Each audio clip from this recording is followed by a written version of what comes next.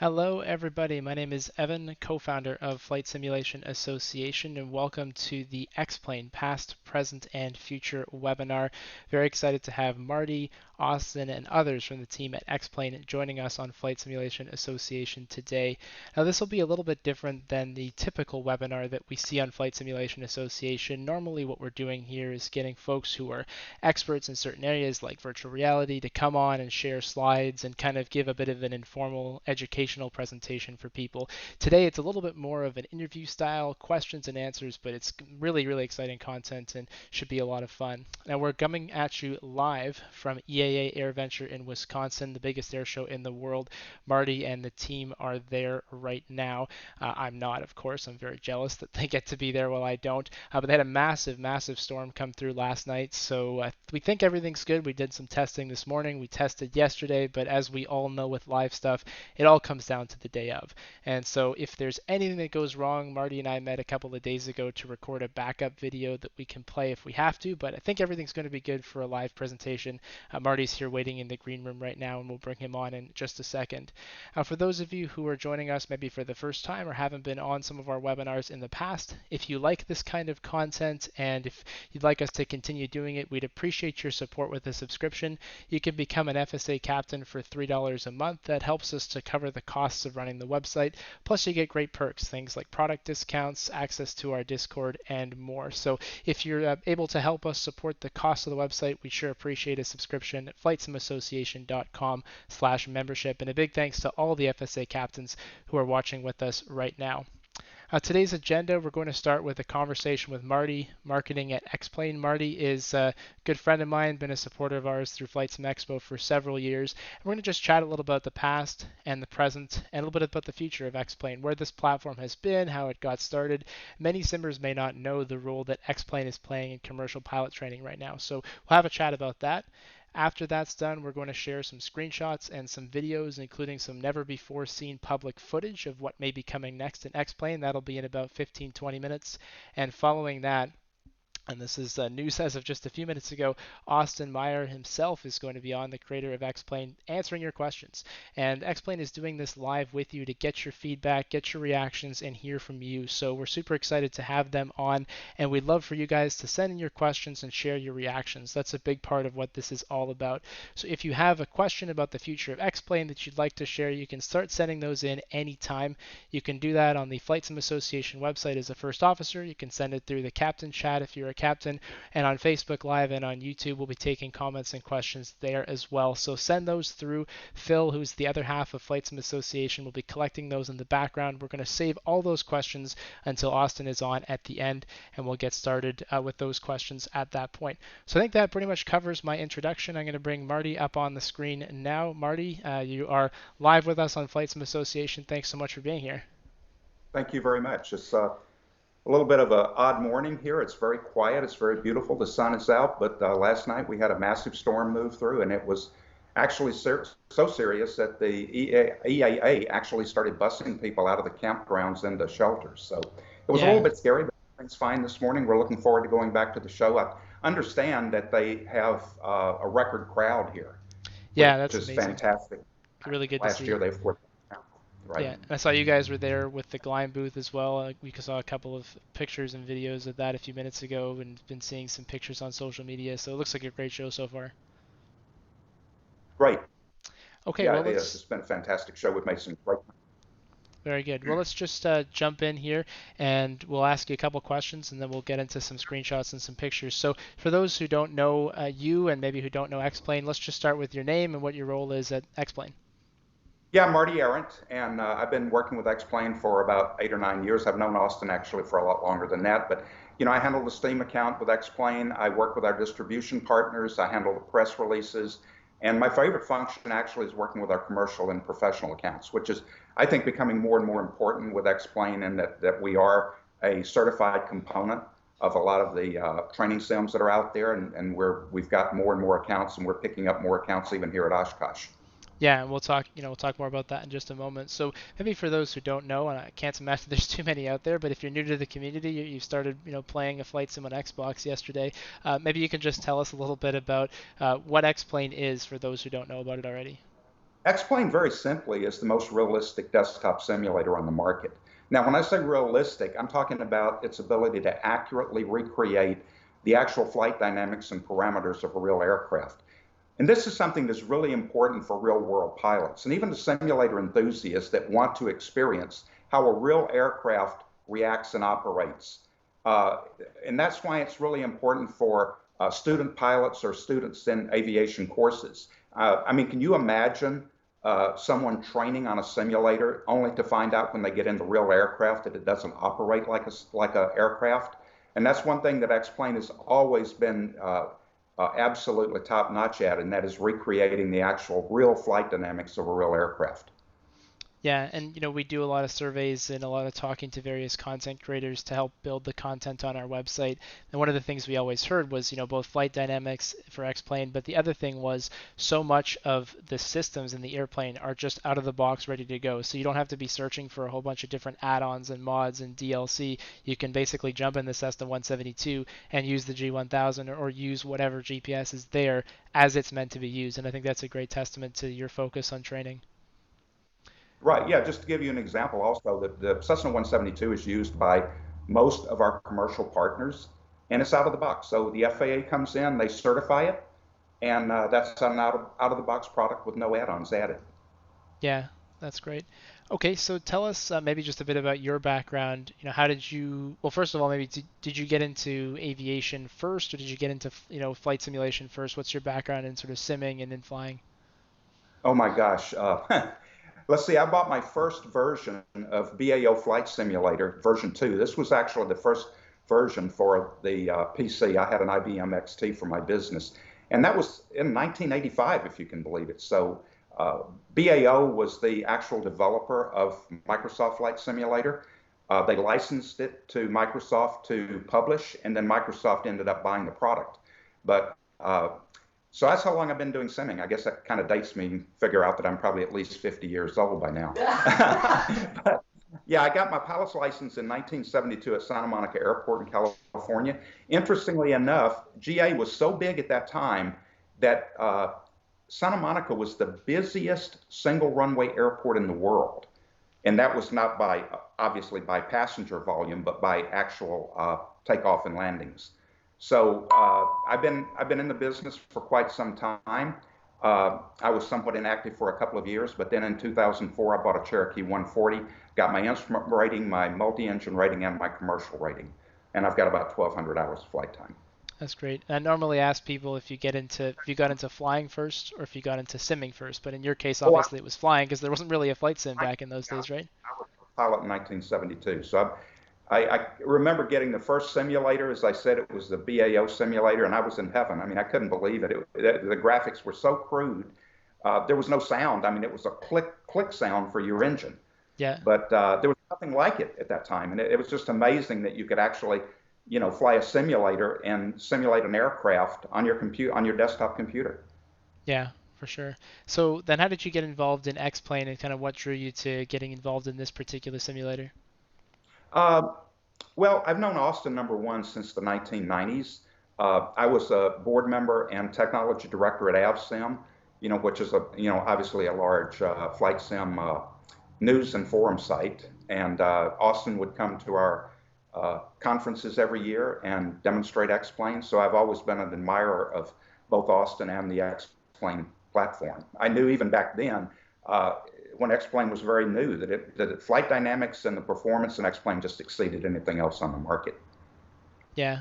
And you've been involved. So when would this have been that you kind of got started in actually working for X-Plane full Got, time? got involved with Austin in marketing X-Plane about 9 years ago, 8 or 9 years ago, and I've been on board ever since with it, and I love it. Yeah, that's great. So we've called today's webinar Past, Present, and Future. So let's talk about those three things, starting with the past. Tell us a bit about the history of X-Plane and how it got started.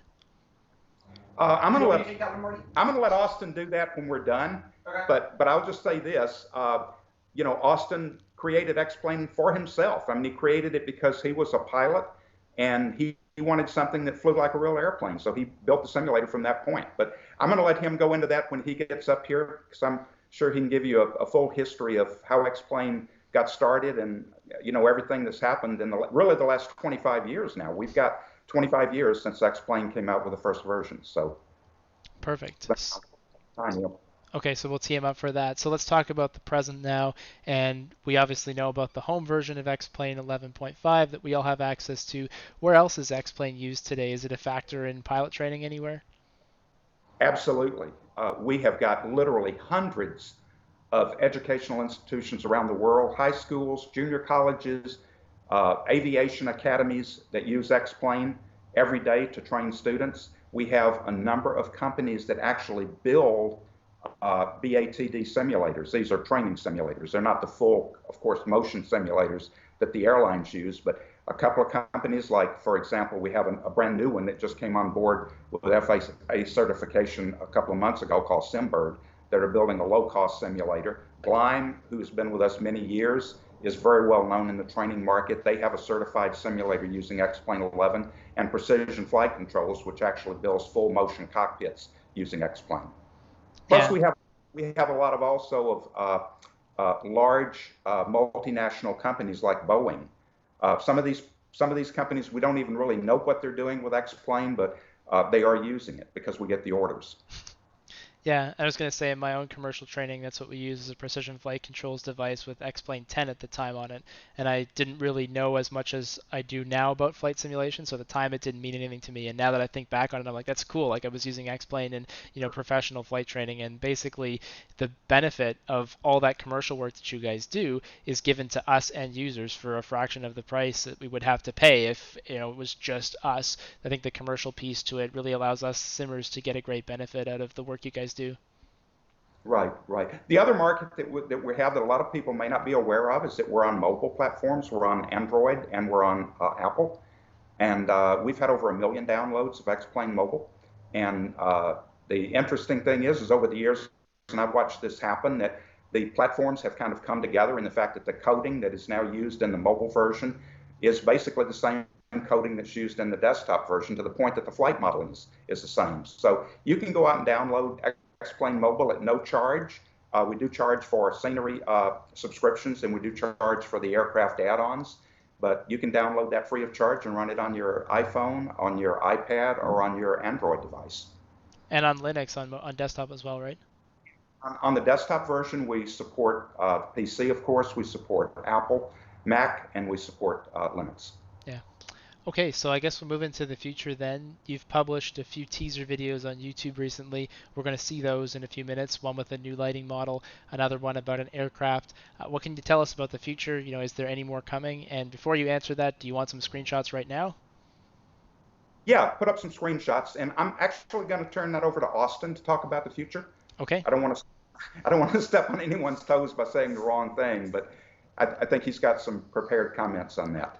Okay, so I'm going to bring up some screenshots. I'll let Austin talk, and whenever you guys want the videos, we can do that too. But I'll start with the screenshots, and let's let Austin come on and talk about the future then. Yeah, let's do the screenshots, and immediately after the screenshots, let's do the video teasers, and then we'll put Austin on. Okay. Yeah, sounds like a plan. So I'm just bringing those screenshots up now for people to see. There's probably about 2 or 3 minutes of those playing in the background here. You, Marty, can't see them, but we're starting with the airports, and then we'll continue on basically with the others that you guys had sent in. So All right, folks will be great. able to see those on YouTube right now. So anything else you want to touch on as far as what X-Plane's doing today, and anything else that we wanted to chat about before we jump into some of these videos? No, I'm gonna turn it over to Austin at this point and let him carry on. Okay. Great. They're going to show this, and then. How are Hey you, man, Austin? okay, so I guess there's a video feed off to my left, but it looks like it's got a huge delay on it, so I'm not Yes. really seeing exactly what's going on real time. So real time, Okay. we're showing the videos, the screenshots right now. So these are airport screenshots, then we got the AutoGen stuff, and then some of those things. And then we're going to do videos afterwards. But you can just kind of talk. Why don't you just tell us a bit about the future, whatever you want to tell people. Okay, all right, so I guess pulling the camera back a bit, when I first started writing X-Plane, the real purpose was to practice instrument flying. So I had a heck of a time getting an instrument currency review back in California, back in like the 90s, the mid 90s. and I wanted a flight simulator to help me stay current. I wasn't quite happy with Microsoft because it wasn't customizable enough, interestingly, to really to simulate the Piper Archer I was flying at the time. And so I said, well, I'm probably not going to be able to get Microsoft to modify their flight sim to suit my personal needs. So I need to come up with something that can handle any airplane. So myself or anyone else can simulate the airplane we want to simulate. And so the name X-Plane just kind of came to me. I applied blade element theory, which I was learning in college at that time. And that's what I wrote X-Plane for. So it started off as a sim designed to let anyone fly any airplane with realistic flight model, and the name, makes that pretty clear. Coming up on what was it? I've got Philip here with me. Was version 10 is what I call the plausible world. I wanted the world to be plausible for version 10, right? So when version 10 came along, I was saying, okay, I don't just want to simulate what an airplane can do physically. I want it to be in a world that's at least believable. We don't have a real world yet, but at least a plausible world. And then for version 11, we start dialing that into basically just higher quality art assets, where it's not just plausible, but we start bringing in OSM data to start having the right buildings in the right place and start to get it closer to the real world. And right now, when I look at version 11, it feels very, very dated in the scenery engine. And then especially when I see the next generation stuff that we're looking at and working on internally, X-Men 11 just looks so old. And so now it's time to really up our game with the rendering. And also I'm working with a company called Beta, and their website is beta.team. It's a company I helped get in with really early, and we are making an electric vertical takeoff and landing airplane, which is the next generation of aviation. Obviously, general aviation, as far as single-engine propeller airplanes go, is kind of dying a slow death for a number of reasons. And a lot of people are afraid that general aviation is dead. And general aviation as we know it, which is a slow, obsolete, gas-burning, air-polluting, unsafe, single-engine propeller airplane operated by a private person for his own use and seldom flown. Yeah, that is the segment of aviation that's dying, and with good reasons and bad reasons causing it as well. But there's going to be another revolution in aviation. Aviation isn't dying. We're just about to switch gears to a new type of aircraft. And this new type of aircraft is going to be the electric vertical takeoff and landing airplane. It's not going to be a flying car. We're never going to have flying cars, and I can go into the engineering on that. If you want to allocate time during the interview, I can explain why. But we're not going to have flying cars. We're going to have something that I think is better than flying cars. We're going to have airplanes that don't use fuel and don't use runway. They got big old wings, so they'll never drive on the road. But they're not going to be constrained to airports. They're not going to be constrained to fuel consumption. And so the next generation of aviation travel is going to involve you wanting to go somewhere, possibly far away, possibly nearby, whip out your phone, say, I want to go to Myrtle Beach, or I want to go to New York today, and the thing saying, all right, be at the top of a building that's 3 blocks away in 7 minutes. And an airplane is going to descend from the heavens, electric, very little noise, no pollution. You'll hop in, it'll lift you up and carry you away, and it'll either take you directly to your destination if your destination is within 200 nautical miles, or it'll take you straight to a big airport, such as Atlanta or something like that, if you've got a long-distance trip. And then once you land at LaGuardia, you'll hop in another one of these, and rather than the 50-minute drive that we've got in traffic from LaGuardia to New York, to say if New York is where you're going, you're going to hop in one of these electric vertical takeoff and landing airplanes on the ramp out LaGuardia, you'll be on a skyscraper by Central Park in 7 minutes. And that's the next generation of aviation. And I'm improving the flight model right now internally in X-Plane to handle this type of flying, which is a very complex type of flying because of all these rotors lifting in all these different directions. You have some rotors that lift, some rotors that push, some rotors that vector, big wings. And so right now I'm overhauling the flight model of X-Plane internally to handle all these different types of electric vertical takeoff and landing airplanes. And it's a great, great test of the flight model. Because if I can handle all the rotors that lift, all that push, all that vector, well, things like helicopters and airplanes, which we're already thinking about, are handled just that much more accurately. And certainly with Beta, X-Plane is the sim the pilots use to flight test the airplane in the sim before they got in the real airplane. And so the flights in the real airplane, which has over 100 flights on it now, it's called a LEA. There's over 100 flights on that airplane prototype. They're all pre-flighted in X-Plane first. And we use X-Plane for performance prediction, certification planning, flight test planning, customer presentation, the whole 9 yards.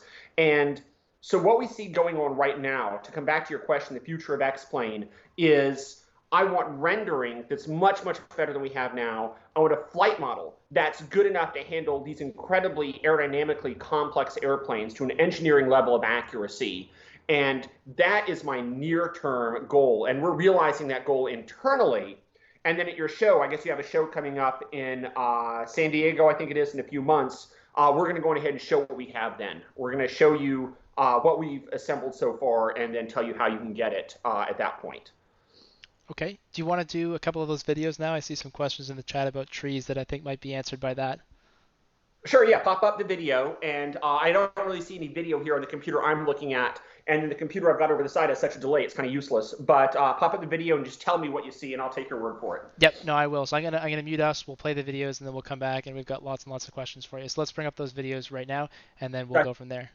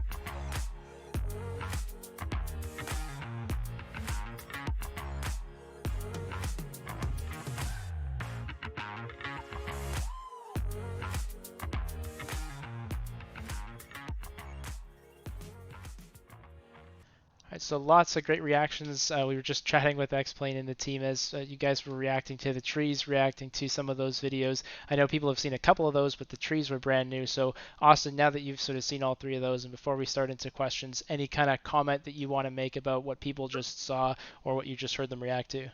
Sure. Okay, so at Laminar Research, we have a weekly email that we send around where we show images and videos of what we've done in the previous week and what we plan to do, our to-do list for the next week. So as the next generation of X-Plane is being assembled, it is a team of people all working virtually from their homes with a weekly check-in. And Ben Sutnick especially is doing project management. I have the broader vision of what I'm looking for in a simulator. I'm cranking on the flight model, and I'm cranking on real weather and weather that changes with time is the code that I'm actually writing right at this very moment. But these types of videos that you're seeing, this has been my life for about the last 2 years on a slightly smaller scale, where every week it's somebody coming in, or more than one person each week, coming in saying, all right, well, here's the trees I've got, here's the lighting I've got. Well, and we're starting to get this with clouds, and don't worry, the time will come. And so this, what you just saw in these videos is just a tiny little glimpse into what I'm, and everyone in the company is doing on a weekly basis and has been for the last 2 years. Okay, so lots of questions. I'm going to do my best to get to as many of them as we can.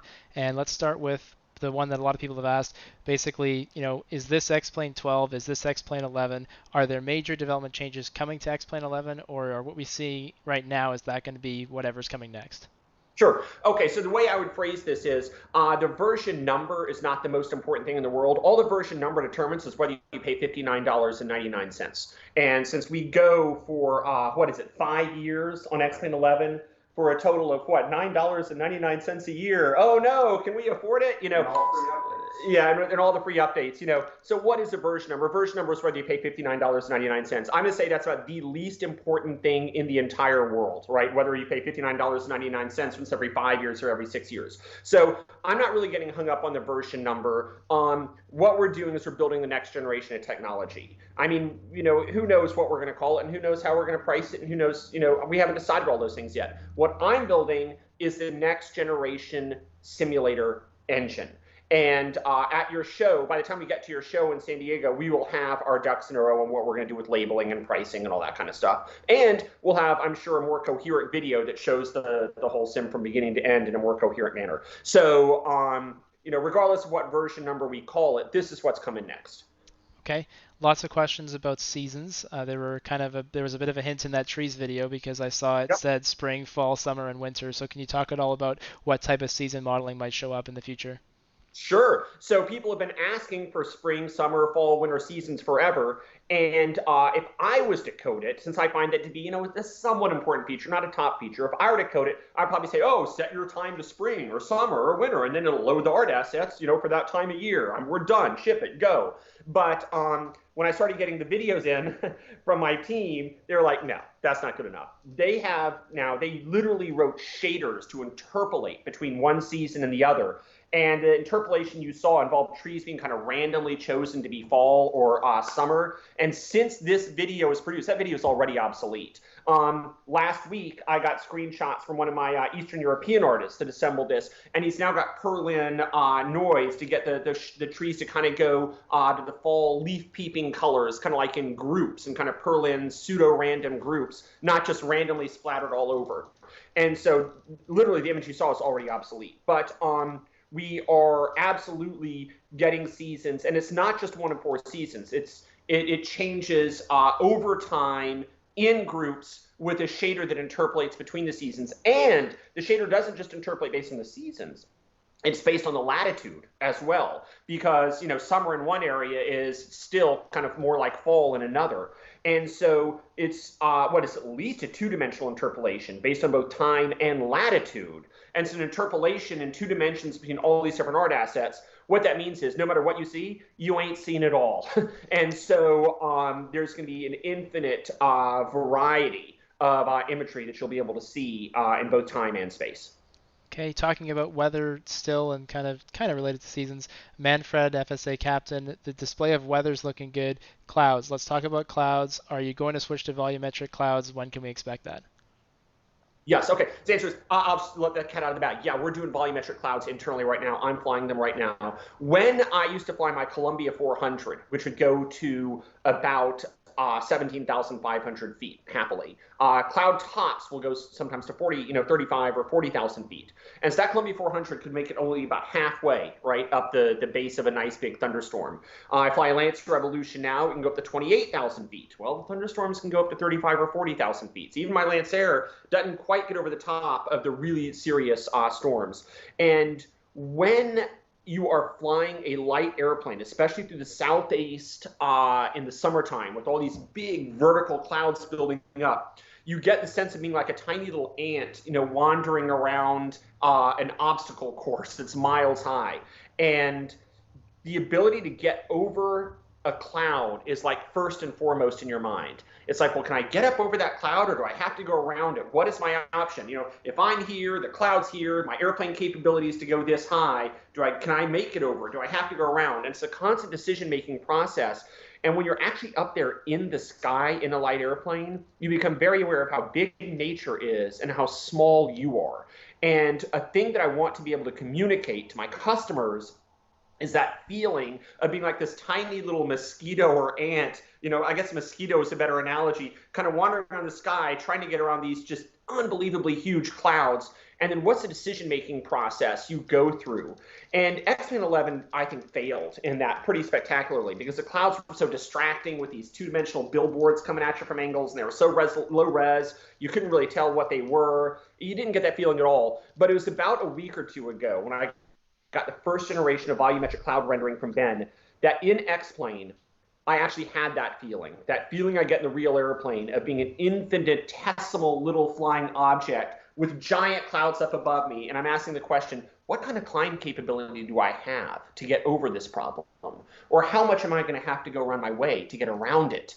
And it's a feeling you get in light airplanes, and I want to bring that to the simulator. And volumetric clouds and next generation cloud shapes are necessary to do that. And of course, the next level is clouds that change over time smoothly. So just when you think you have your answer figured out, it turns out you're wrong, because the game is changing as you're playing it.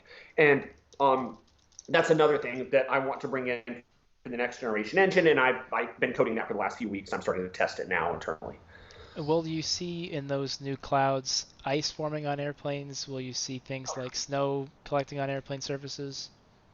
Okay, so I'm not sure how the rendering of the ice is going to go yet. The mathematics of the ice formation on the airplane is absolutely simulated right now. So everybody after this live stream should Google a video I did.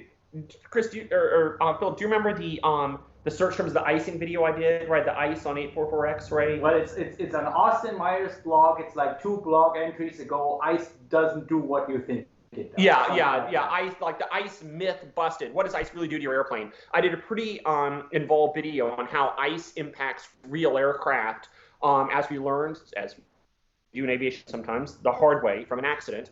And I took a pretty close look at how ice actually impacts airplanes according to wind tunnel data, and then how that impacts real airplanes. And then I took the wind tunnel mathematical side, I put it into X-Plane, I flew X-Plane against an actual accident case to see if X-Plane did the same thing the real airplane did, and sure enough, the matchup was just like uncannily good. And so, ice is something we're going to simulate right now internally, simulate extremely accurately. You haven't seen that yet. You haven't gotten that simulation yet, but you will when the time comes.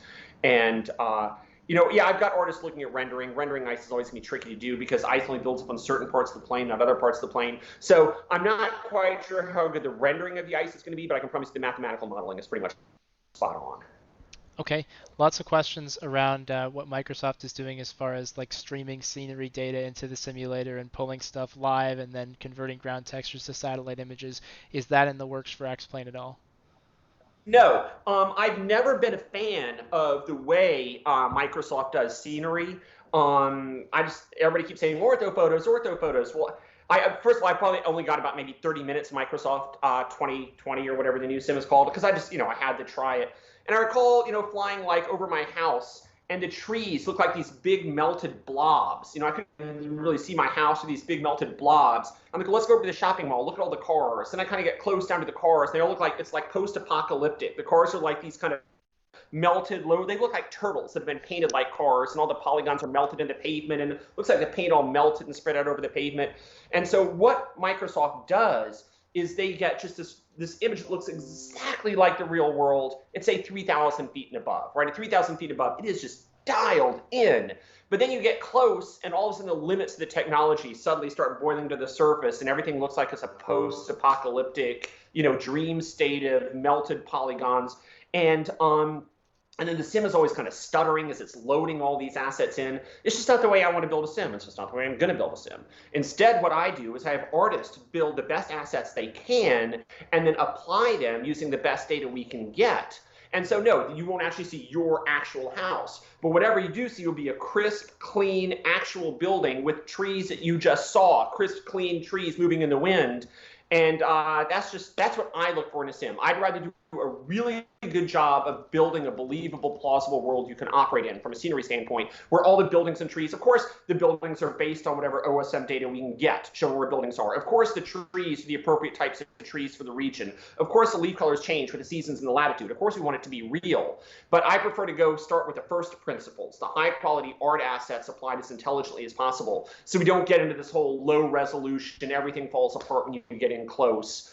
Gigantic disk requirement, gigantic CPU and GPU and memory requirement. I want to keep those down. I want the simulator to feel like a tool that you can quickly use to get a job done. I want it to load quickly, use enough resources that your computer isn't bogged down and stuttering, and quickly let you get the job done of simulating a flight. So I just look at it a little bit differently, and that's good. And if some people think, oh, no, I prefer the Microsoft way of doing it, well, great. I mean, isn't that the most wonderful thing about capitalism? You buy the sim you want to buy. There's something for everyone. So it's good that I'm different from Microsoft. And if I just tried to copy Microsoft, that would be a terrible thing, because why would you want to buy X-Plane? What would be the purpose of X-Plane existing? And what choice would people have? Right? And there's negative answers to every one of those questions. So it's good that I do things differently than Microsoft, and I'm always going to. That's not going to change. Okay, so I'm doing my best to answer questions. Firstly, from the Flight Sim Association website, those of you commenting on YouTube, I'm watching. I know Philip is watching because I keep hearing him react to them. So we are going to try and kind of work those in where we can, but I'm mostly focusing on questions from the audience. So here we go. Performance. Lots of people asking about this. Will there be a performance improvement just generally across X-Plane 12? And can you talk about performance in virtual reality? X-Plane 12? I don't know about that. Well, we haven't decided on what labeling and pricing and distribution modeling is going to be exactly. But will there be performance improvement? The answer is no, absolutely not.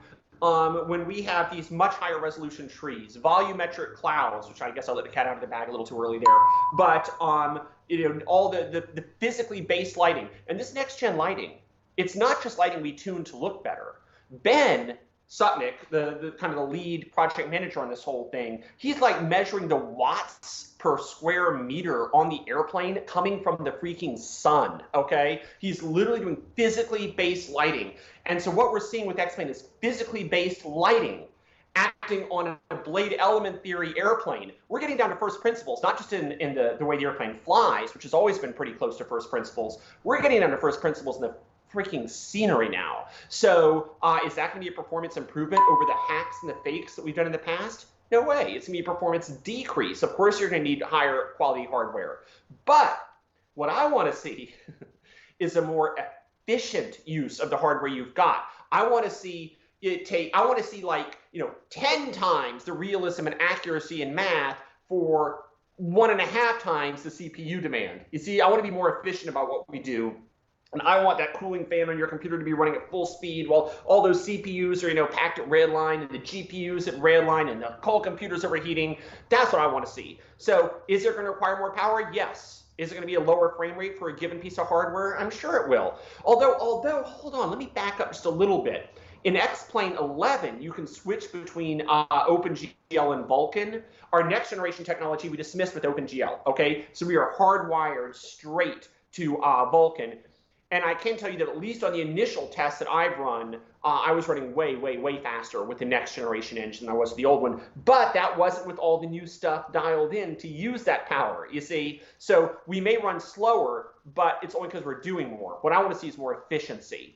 That's what I want to see, and it's still too early in the process to say exactly where that's going to play out. But ditching OpenGL, going straight up Vulkan, let me see, my first impressions were one of just incredible, incredible speed. Oh, and then Apple's coming out their M1 chip, which is we're finding working pretty dang nicely as well. But of course, plenty of people are Windows and Linux, and of course, those are faster per dollar than Macintoshes anyway, always have been. So let's just say the first thing we do is we get it looking the way we want. The next thing we do is optimize the heck out of it to make sure there's no inefficiencies in that rendering and modeling process. We've only done the first thing of those two to release the videos. We haven't done the second thing. In other words, the question you asked is just a little premature. That will be answered. Maybe we'll have some answers by Flight Sim Expo, and if not, we will have it by beta 1 of the released product. Okay, I want to go into some user-created content stuff. Are there improvements on the roadmap that'll make the creation and distribution of local mesh patches easier for scenery authors? And lots of other questions about the mesh system. Can you talk about that? Oh yeah, that's always been like the second or third item on our to-do list because we're always like, hey, how good a world can we build? And then making it like super accessible is it's just like we want to do it, but it's never quite the top item on the list. Unfortunately, on that one, I just got to say, let me put a pin in that, or let me mention that to Ben. Let's see if we can improve the ability to import meshes. I know a lot of people want it. It's just, it's always, time is what I'm indicating here. What kind of time have we got, and do we slow down the product for it? That's the question we're always faced with. Okay, and as we're talking about some of these user-created things, do you think stuff that works in X-Plane 11, scenery, airplanes, etc., is going to continue to work? Is backwards compatibility important? Answer is yes. Yeah. So I am much more cavalier about this, but Ben is just like rigorous about it. Ben is like, each version of X-Plane will work with the assets from the previous version, like no exceptions to the rule. And a significant amount of the development I've been doing over, say, the last year or so has been opening airplanes and scenery packages from the old X-Plane 11 that's on the internet, which is just starting to look so bad to me now, but opening those and making sure that they still come in and fly. That's like, to me, a distressingly large part of my time allocation. So like it, or whether I like it or not, the answer is yes. The answer is yes to that. Do you think on the scenery creation specifically, are we going to be able to stack objects onto facades, putting a helipad, a windsock on a rooftop, that kind of thing? I'm not going to say, I don't know. The answer is I don't know, so I'm not going to make up an answer. That's something I'll talk with Ben about that, since he kind of does the architecture of that system, about the ability to import stuff and stack it up. Okay. And someone keeps asking me, can you hit the trees? Will they be able to be collided into? I don't know why. I actually don't know. I didn't try that yet. Have you guys tried it yet? Do you even know? Okay, I haven't tried it. To me, that's not the most interesting thing in the world. So basically, when I run a flight simulator, I want the airplane to fly like the real airplane is going to fly. But running into things is not in my flight plan, you see. And so a lot of people go, well, what happens when you run into things? Well, we know what happens when we run into we run airplanes into things. Do we need to simulate that? It's like where the important information is coming from? I don't think so. Now, when you're getting down into a helicopter, and you're, a helicopter down there, and those rotors start interacting with the trees. Well, I mean, the UH-1 Huey, if it's rotor versus tree, rotor wins. So it's possible to build a helicopter that will take the upper hand in the rotor versus tree contest. But of course, it's also possible for it to go the other way. But it's certainly not the most important thing in my world, whether the rotor or the tree wins in the collision. If you put a light airplane down in the trees, I think you pretty much know you've lost at the moment the light airplane touches the tree. I don't think you need the simulator to tell you what you already know. You see, so the whole ground collision thing has never been my priority, because I'm here to make a flight simulator, not a crash simulator. Okay. Online flying, will there be multiplayer functionality? Because there's something on the mobile version right now, not on the desktop version. What's happening with that? Right, and so I have an answer to that. And the answer is definitely yes and definitely no. And here's what I mean by that. We built this online mobile system for a reason, okay? I want to see a future where when you get online with X-Plane, you are connected to all other copies of X-Plane. Mobile, desktop, soon enough, VR goggles don't even need a computer. Whatever hardware you're running X-Plane on, I want you to be able to get into this world and fly with all the other X-Planers. It should make no difference whether they're on an iPhone, a laptop, a desktop, a pair of VR goggles. It shouldn't make any difference at all. And so long term, there is no question we are building, or I'm having people build a world where all X-Planers are flying together in that world. And the only question is, when does it migrate over to desktop? When do we support some sort of maybe VR goggles that don't even require a computer, so you can just put on goggles and fly wherever you are? Those are questions for the future that I don't know exactly right now. So I can promise you, I want to build a virtual world where when you log in with X-Plane, you're in a world with everyone else. That I know. Exactly when that migrates to the desktop, that's a scheduling issue that I don't have the answer to right now. But without question, when you fly mobile online, you are looking at the very first little technology demonstration of what we can do, and I view that as a pre-flight, just a little sandbox pre-flight of what's ultimately going to happen for X-Plane, which is all X-Planers are flying together in a virtual world. Okay, going into airplanes, you've previewed the A330. Is that going to have in-depth system models by default, systems model by default? Right. So Alex Unruh was doing that. He did our 737. We got Rodrigo, a new artist, is absolutely freaking phenomenal. And Rodrigo's down in South America, as I recall. And so, however amazing the 737 looked to you in X-Plane 11.0, that's how good I want the A330 to feel when you first open it with our next gen sim. It's a new flagship. You talked about electric powered aircraft already. Are any of those going to be included in the future? Yes. So Aaliyah is, and again, see beta.team if you want to see something cool. Aaliyah is the airplane being built by Beta, a company that I am partial owner of, or we'll say involved with, like I am with Laminar Research. And we are using X-Plane within Beta to do all the simulations of this aircraft, not just for fun, but for business and test flight use as well. And yes, we're gonna have Aaliyah released in the next generation of X-Plane, so everybody can get a sense of what these electric VTOLs like fly. And yeah, you will be flying the same model that our flight test pilots fly before they fly the real airplane. When you get X-Plane, you're getting an engineering level sim. It just works that way. There's no way you're not. And so you're going to fly the same airplane that our test pilots fly. Is there going to be an A320? Let's put it this way. We have a handful of airplanes coming together in the background, and I'm not going to spill the beans on what they all are because we're going to find fun ways to introduce them, and I don't want to take that enjoyment and surprise away when the next videos come out. Fair enough. All right. How about gliders? Yeah, I mean, we have our simple little glider now. Maybe I'll ask an artist. I could ask Rodrigo to tune it up, and he could bring it up to more modern standards in a week. I'm sure. So we could add it. It's not my absolute top priority, but sure we could tune up the glider if people want that. And the fact that you asked me means somebody asked you, and the fact that somebody asked you means somebody wants it, right? So I'll consider that to be bumped up the priority list a little bit. Okay, talking about weather now, will transitions in the weather be dynamic, no more mid-flight reloads? Yes. Answer yes. And that's what I've been coding personally for the last 2 weeks or so. I mean, last night, late into the night, I was working on that. And I'm connecting with Ben right now to get the clouds that he renders to be in sync with a flight model that generates all this stuff. And Ben is pushing the clouds over the GPU while I'm doing the flight modeling on the CPU, and we're working on the synchronization to make sure the two are in sync, even though the GPU and the CPU are each burning their own little electrons, right? And this is just a step towards a dynamic world. Everything's changing all the time. What you see is what you get, as close to first principles as possible, with your fans on your computer just humming along at max and all your temperatures going up to red line. That's what I'm looking for, and this is a little step in that direction. So yes. Okay.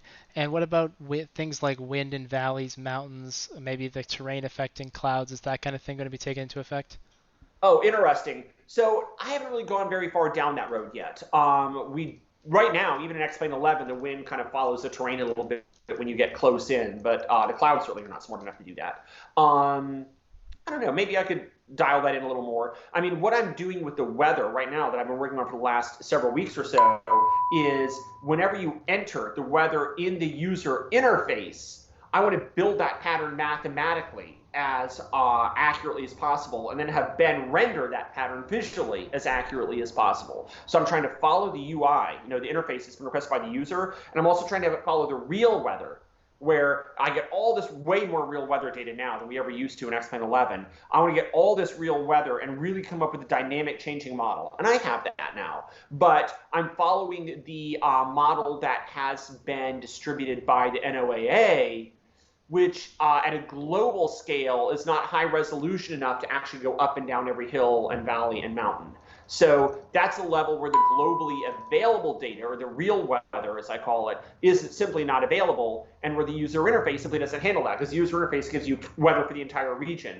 And so what you've done just now is kind of go down a new little avenue that I haven't really thought about much before, because I've been trying to either do what the user says or do what the NOAA says. But neither of them really understand the concept of all the micro, weather patterns around mountains and valleys and stuff like that. So that would be a fascinating. Phil, can you just take a note on that for me to look at that? Somebody, or Marty, write that down or remember that? Okay, because I'm not going to try and write stuff down in the middle of this interview. But yeah, we'll take a note on that, because I think that's a fascinating question. And it's something I just hadn't really thought of, because I've been looking at, do we listen to the user or do we listen to the NOAA? Well, how about we listen to nature? That's a fascinating question. Let's talk a little bit about user interface stuff. So at maybe X-Plane 10, there were some comments that you needed a basically master's in computer engineering to be able to run it. I don't think you're going to like that comment, but anyway, X-Plane 11 got a lot better. But now we have we have Microsoft on the Xbox. So tell me about, are we making it easier for people maybe who aren't so tech savvy to run the simulator? I don't really think so. I feel like changing the user interface in the next generation of X-Plane has not been a priority. People seem to like the interface of X-Plane 11. It seems to work for them pretty darn well. I have my kind of minor little nits or complaints about it, but most of my complaints are just related to the amount of code it takes behind the scenes to display it, not the actual interaction with it. So I don't see a huge user interface update planned in the near term, because what we have now just freaking works fine. Now, I have, by the way, rewritten the user interface to Plane Maker and Airfoil Maker to be quite a bit nicer to look at, and bigger and higher res, and nice, bigger numbers for bigger res monitors. So I've overhauled the UI for Plane Maker and Airfoil Maker myself, but we're not trying to overhaul the interface that Tyler made. Okay. What about triple monitor setups? So someone's saying X-Plane opens 3 times in Windows when you have 3 monitors. That causes a performance hit. Are you looking at performance across multiple monitor setups in the future?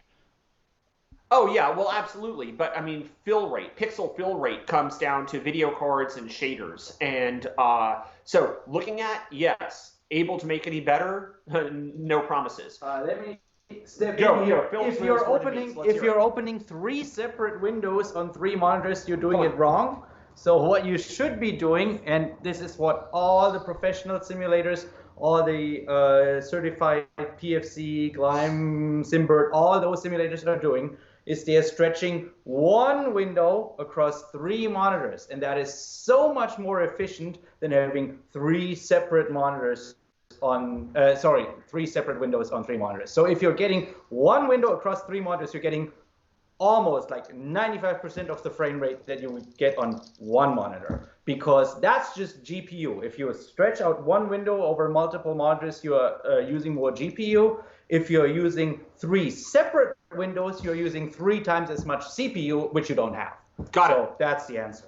Well, there you go. So what you want is for your GPU to be busy with the pixels and nothing else. Get all the other overhead out of the way. And so you get that one big window. You've only got the CPU for 1 X-Plane, not 3 X-Planes. Okay. And the GPUs are more powerful than the CPUs to doing graphics, because all those little calculations are living right there in the card. They're not running all around the computer back and forth like, buses. So, yeah, one window is good. And so what I would like to see is let's come back to the interface, right? The last question. I like to see the interface that makes it kind of impossible to make the mistake that this user is making. An interface that says, look, what's the easy way to set this up? However many monitors you've got hooked to this copy of X-Plane, it's kind of impossible to mess it up. How do I maximize the ability to see, multi-monitor views, or multi-monitor cockpits, or multi-monitor external visual? Let's come up with an interface improvement that makes it kind of hard to mess it up. So I think that's something we should look at. Maybe if we take a little note on that as well for me to talk about with Ben after this live stream. Can you tell us anything about virtual reality? I got a bunch of questions across various areas, but do you want to just talk about it generally first? Performance, what improvements might be made, that kind of thing? Yeah, okay, so VR is a thing that I think we succeed in for rendering, and we absolutely fail in for the interface. And what I mean by that is, and when I say we, though, I kind of mean the industry, not just X-Plane. I don't feel like we've got the right gloves and cameras to see your fingers and really interact with stuff yet. And every now and again, someone will say, hey, I got this hardware that lets you interact with the cockpit. It's only $8,000 a unit. Can you support it? I might be able to sell 3, possibly even 4 copies of X-Plane with it. I'm just like, oh, God, this is not my right? My economic value just isn't there. So I think what the industry needs is the proper way to really interface with a virtual world. And once we've got the gloves or the cameras, that see what your hands are doing to really accurately let your hands interact with things, then we may be able to do what I believe is the second half, right? I think we've hit the first half of the problem very well. We're showing the world. Now we need to do the second half, interacting with it. And no, we're not there yet, but I want to be. But I'm not clear on how to do it yet because I need hardware for it. I need the API. So someone's asking about the VR mouse pointer. So if I'm hearing you, you're saying you're more focused on let's get the hardware there versus let's try to improve the interaction via software. Well, okay, so Chris Serio is someone in the company that does that, not me. So I'm starting to, get to a point where no matter what I say, Chris will come at me later on today and be like, that's not what I'm doing at all. So, but I don't have a big Laminar team here because everybody's heads down working right now. It's just a couple of us from Laminar here at Oshkosh. So Chris isn't here because he and almost everyone in the company are heads down coding right now. But yeah, I would certainly like to see that simple little mouse pointer work better. And if it doesn't work properly now, I'd like to hear very specifically what's wrong with it, or very specifically how it could be better. Shoot me an email and explain it to me if you want. Of course, my email is austin@x-plane.com. And shoot me an email explaining very specifically exactly how you want that mouse cursor to be better. I will forward it to Chris, and he'll decide whether or not he thinks it's a valid request, because it sounds like a pretty simple thing. I mean, the mouse pointer should certainly work as well as it could. It's a pretty simple construct. Okay. Another streaming scenery related question says, I don't want to see my house, but I do want to be able to fly VFR, follow an accurate road, follow a railway. Can that be improved, or what's the plan for that if it's not going to be streaming scenery? Oh yeah, so that person that said that is basically right up my alley with scenery. No, it doesn't make sense to try and see my actual house, because all of a sudden the CPU, the disk, the networking, everything goes up through the roof, and the sim is hardly any better in how it appears. But now you have all these pauses and everything like that. It's just so not worth it. Instead, what you want to have is a really good building, tight, small, low disk, low memory, recycled in the scenery, but in a random way where you don't see any patterns, but then that keeps your memory and your CPU down to avoid any pauses or glitches in the sim. That's what's so important. And without question, these art assets should follow the OSM data as accurately as possible, most certainly including roads and railroad tracks. And the answer is, yeah, we definitely want to improve the way that works, since we have OSM data, but the OSM data is constantly updated. But as we build new scenery, we build it off the latest OSM data. And I have these artists bringing in new art assets to make, the assets that sit on the OSM data more accurate. And so we're constantly just building that up, and we'll continue to do so, no question. Okay, who is X-Plane targeting? Home simmers, entertainment, home simmers for training, commercial pilots? Who's the target? For me, that's sort of like asking, so who do you build an airplane for? Who do I build an airplane for? I build the airplane I want to build, and whoever uses it is going to use it. So I have never, 0 times have I had a focus group on what people look for in X-Plane. 0 times. This isn't a focus group or a design by committee simulator. The way X-Plane works is, I decide what I think is a good simulator. I constantly have people coming to me saying, I want this, I want that, and I always take that into advisement. And then my team of artists is and other coders is constantly saying, oh, this is the job I want to do. I think we need this done. So that's what I'm to do. And I'm taking this job. And everybody has their own little fiefdom where they really become masters of some little element of coding or graphics or something like that. And then everybody commits that to the X-Plane, master encrypted repository where all this stuff lives. So I don't have a focus group, and I don't say, oh, well, this is a target I want to hit, or this is a person I want to make happy. I just don't operate that way. I'm kind of like the opposite of a politician, I guess, in that sense. Instead, the question I ask is, what is the most, awesome sim? People are telling me what they need, and the people that are developing and have their areas of expertise that they load into the sim. That's just the way we work. So what do I want? I want a sim that is realistic in the flight model, has great scenery assets placed according to where they are in the real world, loads quickly. And if that means that we have, 1,000 autogen houses, and they're, used many times to build a virtual city, and the sim loads 10 times faster and uses 1/10 the RAM, but yeah, you can see the same house, 10 different times in different parts of the city, fine. I want a sim that is quick to load, runs fast, never glitches, never hesitates, never pauses, runs at a high frame rate, flies over art assets that are just as state-of-the-art as we can build them, so the world looks as good as possible. And the lighting and tree videos, that you've just seen show that. Goes to first principles as much as possible. And blade element theory is not exactly first principles, but it's getting there. The lighting model that you saw, that is a first principles lighting model. I want to work towards first principles. And at that point, what we're simulating is what an airplane does. Now that we're simulating what an airplane does in what a world looks like, who's going to use that? Whoever wants to. That's who's going to use it. Okay, on to some airplane really. Actually, a lot of people ask about ATC, so let me ask about that. I'm a big VATSIM guy, so I don't care about this, but lots of people seem to. Can you talk about the ATC and explain? Yeah, sure. So I literally hired a new guy, Jim Keir, who is literally the ATC guy. And so we have a full-time person overhauling ATC and making it better. Okay, that's just Sorry, that.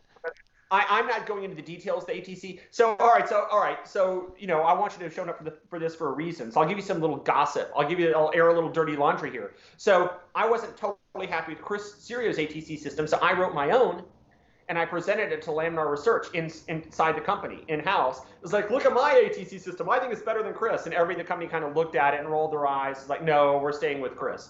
And but then I am not very happy with Chris's system. I think it's buggy. Once I've watched it fly an airplane into a mountain a certain number of times, my eyes are just rolled so far back in my head I can't even believe it. And so we've hired Jim Keir, and now he's updating and improving the existing ATC system to not have the problems that we've seen with Chris's system. And so you're kind of seeing this kind of, duct taped, and constantly, leveled up system that takes advantage of all the rules that Chris has programmed into the system that are supposedly real, but then with the bug fixes by Jim, and that supposedly gets us to the AI ATC system that we want to have. But you just may be able to read a tiny bit into this in my body language and my phraseology here. I'm not the most excited about that, frankly. And the reason is simple. An AI text-based system, it's always going to be lame compared to talking to an actual person with voice over IP. That's when things get exciting, when you can talk to a human air traffic controller. That's when things get fun. That's when things get intense. And so I think just like you, the whole concept of the AI text, now turn heading to 30, sir, it's like, okay, it's not the same as talking to a person where the stress, the rush, the casualness, the flexibility, the rigidity in some cases are all communicated with the way we're interacting with the controller, and that human dynamic comes in there. That's when it just goes off the chain from an experience standpoint. So I think the whole AI ATC is just a little bit of a dead end. And that's why I'm so excited about this massively multiplayer online mobile that we're starting to deploy now. And as I think I said earlier on in this interview, the concept of an online world where you get in there, you're with all the other X-planers, pilots, air traffic controllers, the works. That's the world I'm really excited about. And so the ATC we have now is bug fixes. Yeah, makes sense. Airplanes, now we got a few more questions on those. Will you be partnering with third-party developers the way other sims have done to bring in sort of quote-unquote default airplanes to the sim, or is everything that you guys make default in the sim going to be yours? It's all going to be ours. Why go to a third-party person that builds a great airplane and put it in X-plane? Why do that? What am I trying to do? Make sure the third-party guy can never sell his airplane to X-planers? What am I trying to do? And say, nobody should have to pay $20 for an add-on plane. No, I hire artists to build airplanes for X-plane, then make sure that not only does any third-party plane work, but any third-party plane works from a version of X-plane in the past, and third-party manufacturers can build the airplane they want and let the market decide how many of them they sell. That's the model. It's a fine model for now. I'm not touching it in the future that we're documenting here during this interview. And for those third parties who are making stuff, when are you planning to, or when will you be able to give them information on how they can optimize their products for some of these changes you guys have been talking about? Let's say I'll be very disappointed if I don't have some very good answers for that at your Flight Sim conference in San Diego when we lay out our scheduling and maybe pricing and labeling and all that. And I'll be very frustrated if we don't have a beta for them to start experiencing at that point. Yep. Okay. Raindrops on airplanes coming soon?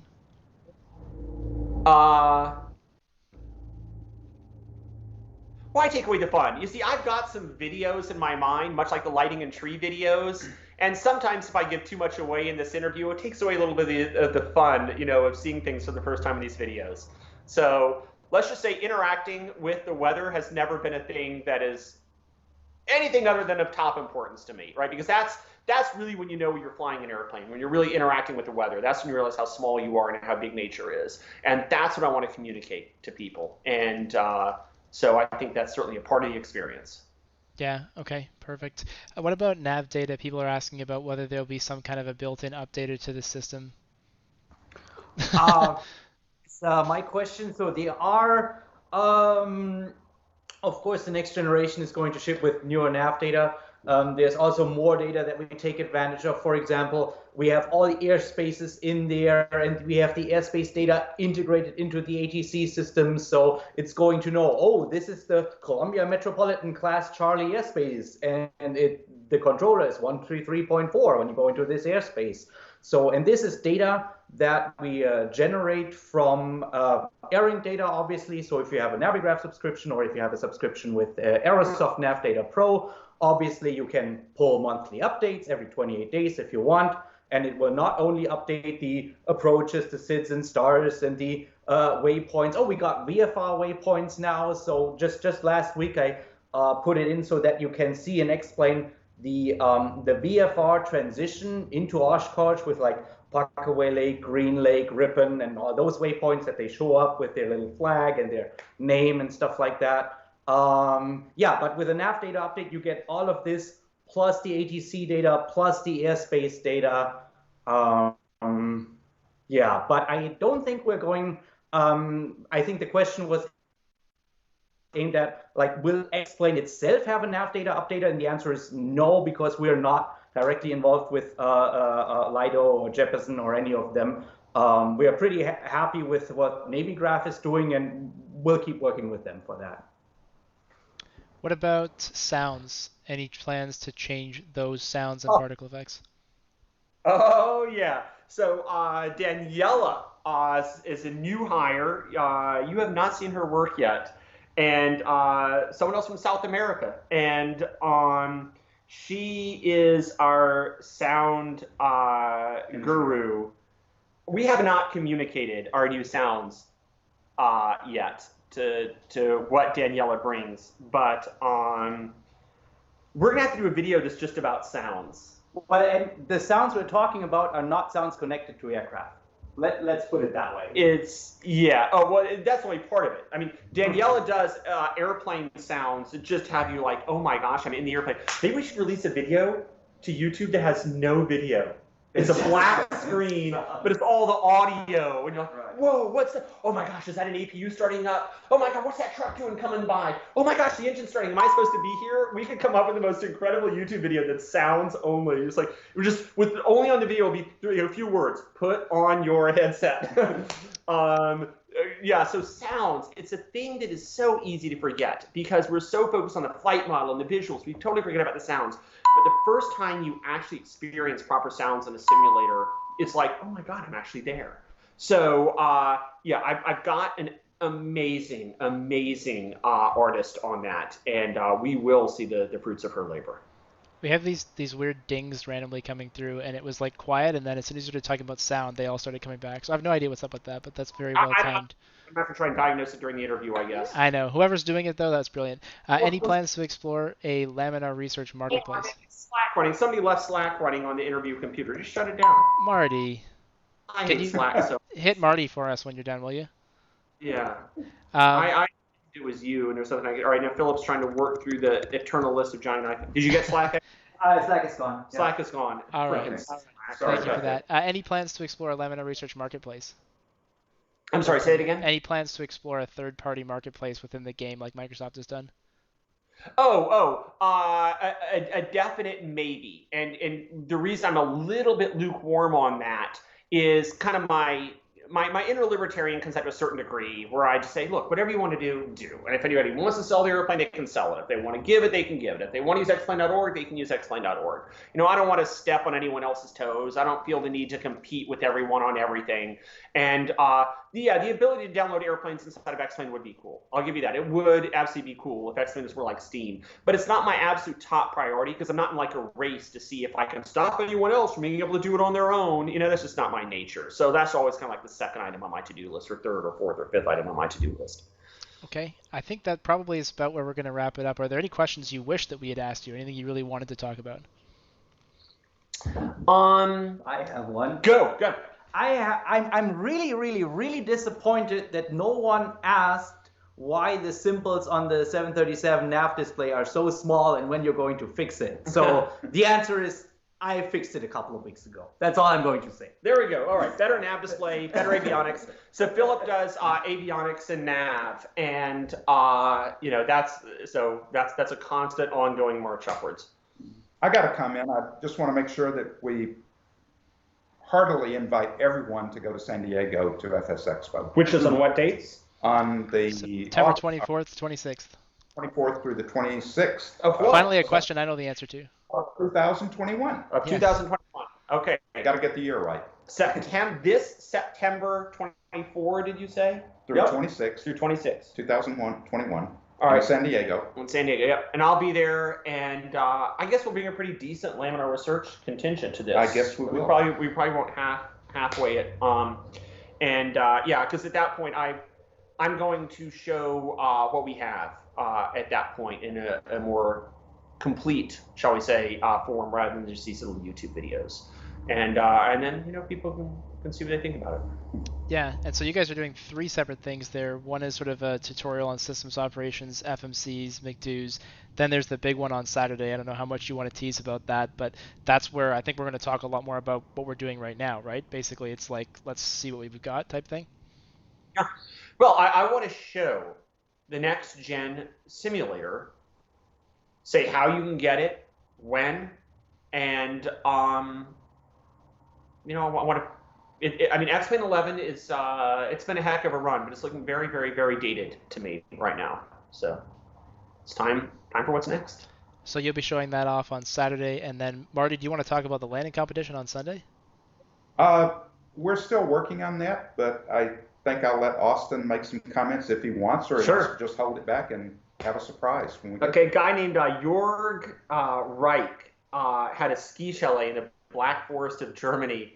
And in the fall, when it was the snow was all kind of melted and it was all kind of like wet or whatever, in the fall no one would go there to ski and no one would go there to hike because it's all rainy and gloomy outside, and the whole ski chalet would be turned into a mega X-Plane conference where we'd all show up and all the computers would be networked and we'd all be flying X-Plane together. It's one of my favorite memories.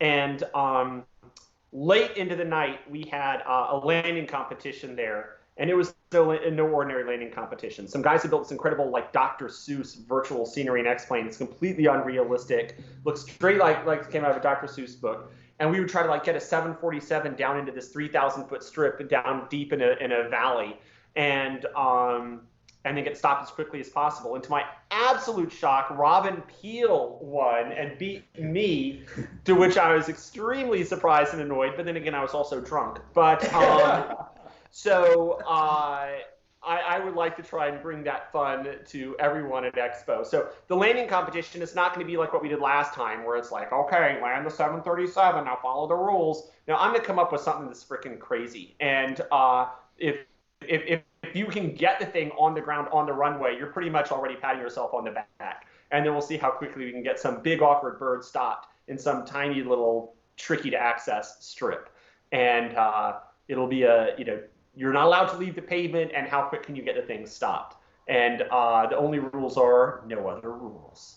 So it'll be fun. And there were some awesome, you guys had like a VR headset and I think a honeycomb yoke and some other great prizes last year, so I'm sure there'll be more of the same this year as well.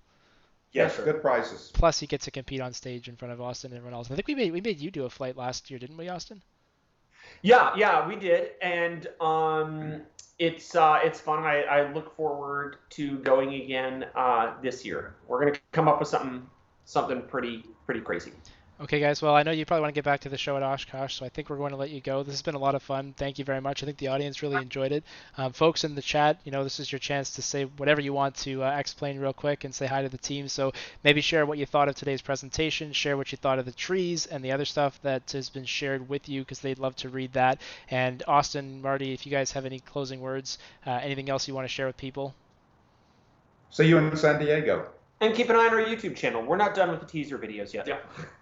Very good. Thank you, guys. A huge thank you to them for being here today and for a phenomenal presentation that they were able to put on. And remember, if you've enjoyed what you've seen today, this is exactly the kind of thing we are doing in September at Flight Sim Expo. So we really encourage you to come out and join us. Obviously, the in-person show, that's the best experience. We are going to have more than 30 exhibitors there, 30 plus seminars, including 3 from X-Plane, and at that big announcement on Saturday that's going to be all about what you just heard today. Of course, today you can't actually physically go up and mob Austin and ask him all the questions, but you can in San Diego, and he loves when people do that. So it'll be a great chance for you to say hi, hang out with them, and of course the rest of us. Obviously, if you can't make it in person, we do have access to the online show, so exactly what you saw today, 30 of those are going to be happening over the course of Flight Sim Expo weekend. It's $15 to register for the online show, and that would make a huge difference to us in terms of being able to help run it. You're helping to support the costs of live streaming and having the venue and all that stuff. So you can find the information on that at flightsimexpo.com.